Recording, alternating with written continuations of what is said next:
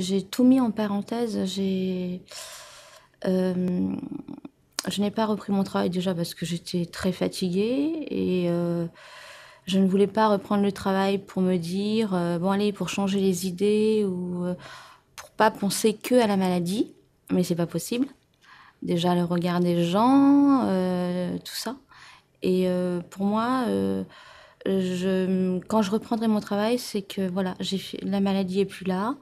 Je tourne une page et, euh, et puis bon, bah, la vie continue, quoi. Je veux être en pleine forme, je veux zapper cette vie, en fait. J'ai 2 ans entre parenthèses. Pour moi, c'est pas moi, quoi. Je suis que une demi-femme, on va dire. J'ai une amie qui est venue me voir à la maison et qui, elle, est passée par là. Elle savait très bien bah, que ça allait être très dur et ça m'a fait du bien de parler avec elle parce qu'au départ, j'étais vraiment, je me disais, mais où je vais aller, ou qu'est-ce qui va m'arriver. Je voulais voir en fait, bah, par rapport à la cicatrice, par rapport à tout ça, ce que j'allais avoir. Et après, la reconstruction, comment ça allait être. Et cette femme-là, elle est venue chez moi, elle m'a montré ses seins. Et franchement, je me dis, oh, en fait, c'est pas aussi. Enfin, c'est dur, mais bon, elle a une belle poitrine et je me dis, bon, ben, elle a vécu tout ça, elle a réussi, pourquoi pas moi? Donc, elle m'a donné vraiment la force, l'envie de faire tous ces examens, ces traitements pour se dire, c'est bon, quoi, bon, bah, le malheur est là, il faut aller de l'avant, il faut pas baisser les bras. Et puis, il y a pire encore. Il y a des gens qui sont cloués au lit, qui peuvent plus bouger. Et c'est ça, en fait, qui m'a donné la patate parce que je me suis dit, il y a pire que toi. Cette phrase-là, je me le suis dit, je sais pas combien de fois dans la journée. Il y a pire que toi, te plains pas. Et c'est comme ça que j'ai avancé. Ben, en fait, mon cancer, déjà, je pense que ce que ça m'a apporté, ce que je dis à chaque fois, en fait, c'est les amis. Les amis, là, on se rend compte que il y a des gens qui sont avec vous et d'autres qui ne le sont pas. Il y a des amis, c'est vrai qu'ils n'osent pas appeler parce que voilà, ils savent pas quoi dire. Et il y en a d'autres,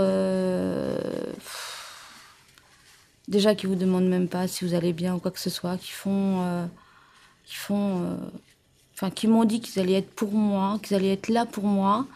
Puis en fait, ils l'ont jamais été.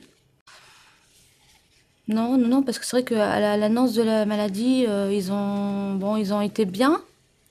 Et à fur et à mesure, en fait, quand j'avais besoin d'eux, quand j'étais en plein dedans, il n'y avait plus personne, en fait. Enfin, si, j'en ai eu quand même 2 ou 3, hein. Ces personnes-là, je les oublierai vraiment jamais parce qu'elles ont été là tout le temps. Les petits mots, les petits SMS. Je demandais pas qu'on m'appelle tous les jours, mais des petits mots en disant je pense à toi. T'es pas obligé de répondre, mais on est là. Ça, déjà, c'est énorme.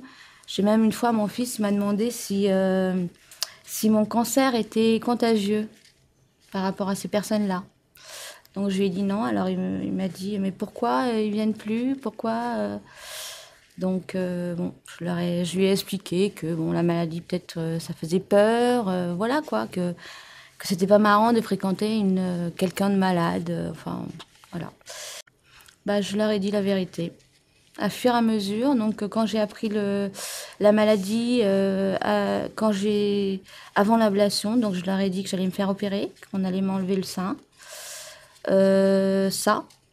Après, une fois que je me suis fait opérer, donc mes enfants, enfin, ma fille voulait voir la cicatrice. Au départ, je voulais pas, mais mon médecin m'a dit, si votre enfant veut voir, il n'y a pas de souci, il faut montrer. Parce que si un jour vous vous déshabillez et que la porte est pas fermée et qu'elle ouvre et qu'elle voit comme ça risque d'être un choc. Donc, bah, j'ai tout dit, voilà. Donc, dès que j'étais bien, enfin bien entre guillemets, hein, quand je sentais que je pouvais le montrer à ma fille et à mon fils, je l'ai fait.